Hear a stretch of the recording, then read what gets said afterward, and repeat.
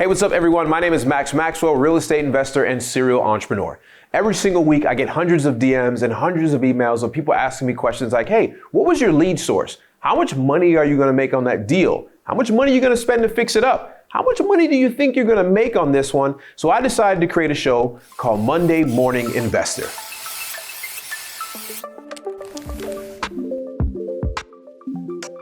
Monday Morning Investor is a show where I break down all the details from the lead all the way to the exit. Meaning that I'm gonna show you exactly how I found the lead, exactly how much money we expect to spend, how much money we spent getting the lead, and what is our exit strategy on this lead. So today we're gonna talk about a property called the Golfcourse, because this condo is located on the golf course. So let's talk about where the lead actually came from. There's a thing called SEO. It means search engine optimization. Essentially things that you do to your website to help you rank organically on Google. So that's exactly where this lead came from. This lead went to search online like, hey, sell my house fast or something like that. They landed on our website and they filled out the form. We use Carrot as our website provider, and if you need a link to that, it's gonna be down in the description. So once they filled it out, they put all the information on their house and they get to step 2, it automatically goes to the sales team and they're calling within 5 minutes. So here's the scenario and here's the problem that we fixed and solved for this seller. She was the daughter, her father was living in this property and he was a smoker and he had dogs. They wanted to get out of this property and it wasn't in the condition that they can list on the MLS, nor did they have the money to fix it up. So that's where we come in. We offered them a decent price on this property, but let me back up and tell you exactly kind of what happened. The lady called, she wanted to sell her property because her father was moving to an assisted living facility. In this facility, they needed some money, so they wanted to sell the property, but the property wasn't in the condition. Remember I said the property wasn't in the condition? We are problem solvers. And when this type of property comes across our board, we had to get creative and offer what it is, what the property is actually worth right now. So we solved the problem that they needed to sell fast. Well, not kind of fast, and that's where this story gets interesting. Once we agreed on a price of $70,000, the seller needed 4 months to get her father out.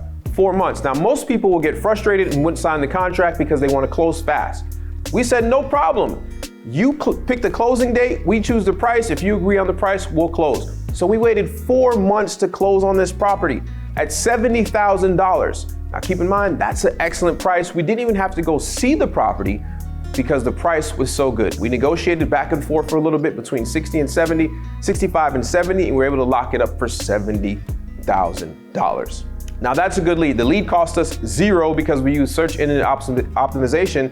And really on search engine optimization, it really only takes us 20 to 30 minutes every single week to do certain things that Carrot tells us to do to make sure the website ranks organically. So $0 on the lead. Negotiation took about maybe 2 hours after going back and forth.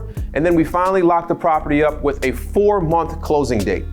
The 4-month hits, and we close on the property all cash. Now you're probably wondering, what's the exit strategy here? The exit strategy for this property is to fix and flip.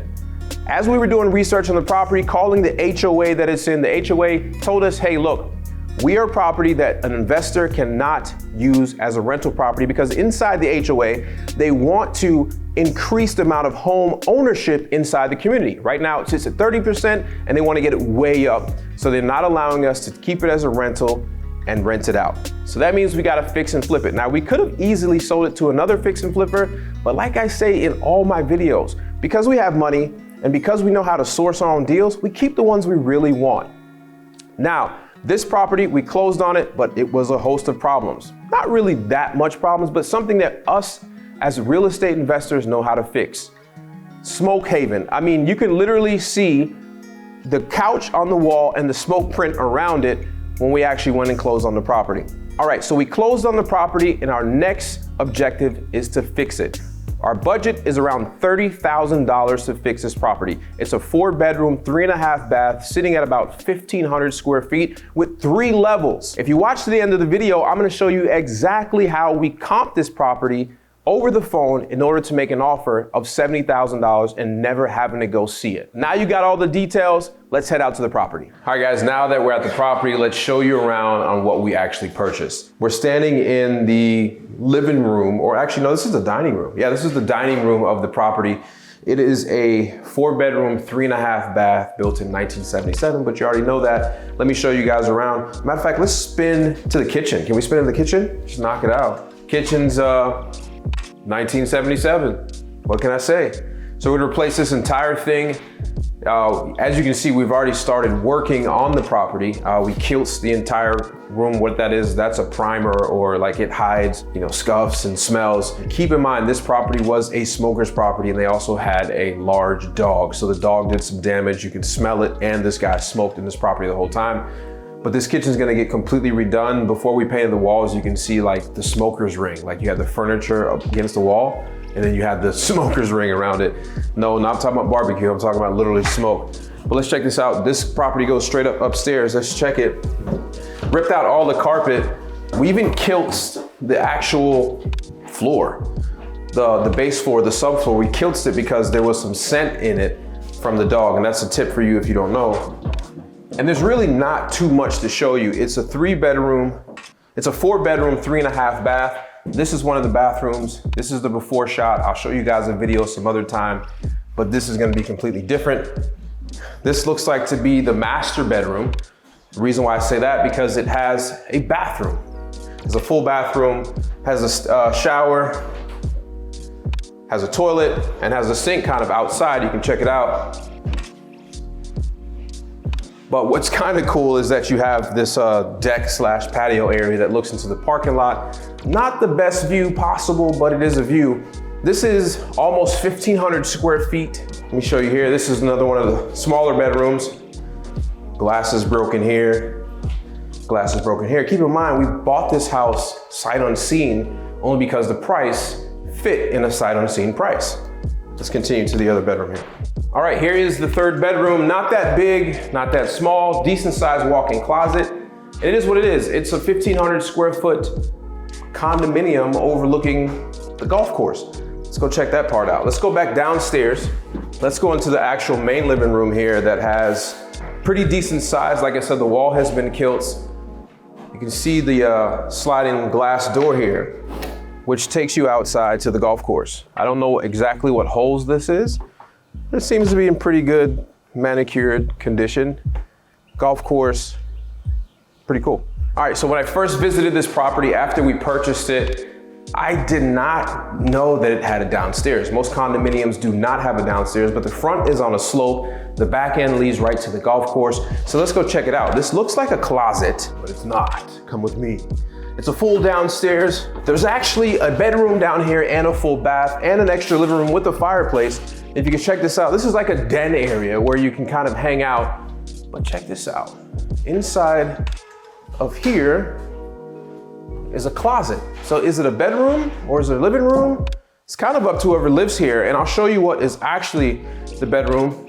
Is this dark room because it doesn't have ceiling lights. I think it would use it for storage, but it does have a closet, no windows, so it's not a bedroom. And you have a full bath, very small, stand-up shower, toilet, and a sink, 24-inch sink, pretty small, but that's it. This house is pretty cool in the sense that it's compact, it's 3 levels, it's a condominium, it has an HOA, and you kind of get to overlook a golf course for not that much of a price compared to everything else on the market. All right, guys, so now that we've seen the inside of the property, let's head back to the studio so I can give you the breakdown, the comps, and the numbers on why this was an excellent buy. All right, now that we're at the desk, I'm gonna show you exactly how we comp this property to be able to get the price that we really wanted, what we start negotiating at. All right, so let's jump on into Propstream right now. All right, as you can see, we're in Propstream. I've been using Propstream for years. It's probably one of the most robust real estate softwares for investors, realtors, anybody just really need to do it. It's only $97 a month. So let's pop in here and let's put in the address of this property. And we're gonna see it's a big condominium. If you guys haven't used Propstream, this is gonna be a short little lesson on basically how we comp the property. So once I put the property in, I'm gonna go over here and click on details. And once I get details, it's gonna tell me everything about the property, such as the current owner, which we bought it now, so we're listed as the current owner. Everything about the property, so on and so forth, all the way down. Now, what's important is I'm gonna go over to comparables and nearby listings. And as you can see, something that has changed here recently is Propstream brought back the MLS data, right? And so if you live in a non-disclosure state, and if you're not sure what that is, check out one of my previous videos. A non-disclosure state is basically a state where they don't publish the sales data and it's not accessible by public record. So you got the green, which is public record, which is going to be recorded every time downtown. And then you have the MLS, which is data recorded by the agents. And then you have both, right? So you can distinguish that the ones in green are public record and the ones in blue are MLS. And there's duplicates, right? Because when the sales on the MLS, they go ahead and push it down to the public record. So typically I'm in a disclosure state. So you get to know what the properties are. Typically, I really only deal with public records all the time if I'm trying to find what it actually sold for cash. Public record sales that are not on the MLS are basically things that were sold by cash without a realtor and really wasn't, it's gonna show some bare prices of kind of what cash buyers are paying. But anyways, let's click on the MLS data because we wanna see what's going on. And so typically it's gonna give you a range here of a year. I have mine set, since we're in a hot market, I have it set to about 3 months, 90 days. And it automatically populates the square footage, plus or minus 5%. And it typically has 0.5, but I narrowed it down to 0.2. I have my settings at 0.2 because I just know I'm in a smaller area, condominium area, where there's a lot of properties that are gonna be exactly the same. And this is a 4-bedroom, 3.5 bath at 1,480 square feet. So almost 1,500 square feet, right? And so I'm gonna set my parameters to, and so what you will see when you come in here is you'll see this, right? You'll see, I'll show you what it's set when you guys come in here, right? So it's automatically gonna be set to a full year, and we don't want that, right? So this is what it looks like when you guys come in. You see all of these properties, it's 70 plus properties, right? The market's real hot. There's properties been, if you've been in real estate for the last 6 months, a year, properties been selling in a day. So what I like to do is narrow this down to 90 days. So I'm gonna fast forward the beginning date 3 months out from where we are now. So let's just put March 1st. The square footage is pretty good. And you see, even when I narrowed it down, it narrowed it from 70 to 18. But this is a condominium, so there's a bunch of properties around there. So I'm gonna narrow from 0.5, right? 0.5 of a mile, half a mile radius, down to 0.3, right? And let's see what that gives me. And so that narrows it down from 17 to 6. Good, we're starting to narrow down like-minded properties. This is a 4-bedroom, so I'm gonna go from 3-bedroom to 4-bedroom, just giving me some room. And I'm gonna go from, 2-bedroom to 4-bedroom, just to kind of see what pops up. And then I'm not gonna worry about the year built right now. So that narrowed me down from 70 properties to 3. All of these are on the MLS, and you can see I got one, the red one is the subject property right here. One is comparable number 1, 2, and 3, right? Everything looks good. I'm just going over everything. Things are looking good. All right, so I'm gonna jump back in the MLS. Okay, cool. So I'm gonna put this from 2-bedroom to 4-bedroom just to kind of see what's going on here. And now that I have everything set, I'm gonna try to narrow out the ones individually, right? So I'm looking at prices between 150, 160, then it jumps to like 239. So my curiosity got me, what's 239, right? And so I'm gonna take this address right here and I'm just gonna copy it. I'm gonna drop it here in Google search just to see if I know what it is. And voila, I click on this and this is a single family dwelling. This is not comparable to what we want, right? So now that I know that, I can uncheck this because that's a single family household. It says it right there, but you see that we're doing condominiums. Here's another one at 254. It's not a comparable, let's dump it out. And then you have another single family residence, which is not comparable to us. We're gonna dump that out. So that really leaves us with 2 comparables. So now let's look at the pictures that they have in Propstream. And I'm looking at, okay, this is very similar to the one that I'm looking at. Has some cool, it's not updated, it's clean. Old kitchen, old fridge, flooring is ugly. I'm gonna do a better job than this, but let's just look at that. So it sold for 150 in April, right? And then there's another one here. I'm gonna go Google search this one to see what pops up, see if there's any pictures. This is a 2-bedroom, 2-bath. So this is a smaller unit, sold for 170 right? Square footage is unknown, 2-bedroom, 2-bath. I'm not sure if all that information is accurate, but you see the price range, right? So from 150 to 170. So we conservatively said, hey, look, this property is gonna be valued somewhere around maybe 160, 170, okay? So now that I have my base price of 170, and you can save comps, you can run a comp report, I have my base price. I narrowed it down that quick. Remember, I'm not trying to be, essentially like a scientist when it comes to getting these numbers absolutely 100% right, in the sense that I need to narrow it down to a few $100. No, I'm looking at this stuff and I'm saying, okay, look, this last property spent 44 days on market. This spent 37 days on market. This was the most recently sold one here. I'm more comparable to this property here. So 160 is probably a decent price to start with, right? Okay, so I'm gonna go on my calculator. You guys are not gonna be able to see this. I have and I'm gonna do the simple math. I'm gonna go $160,000 price, and I'm gonna minus, it's a hot market, so I'm gonna minus 25%. That leaves me at 120.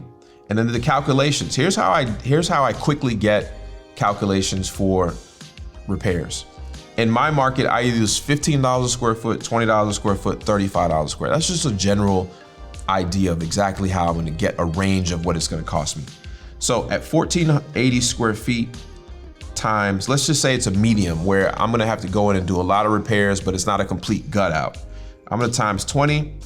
That puts me at $29,600. So $29,600 is what I got for repairs just using the square foot method.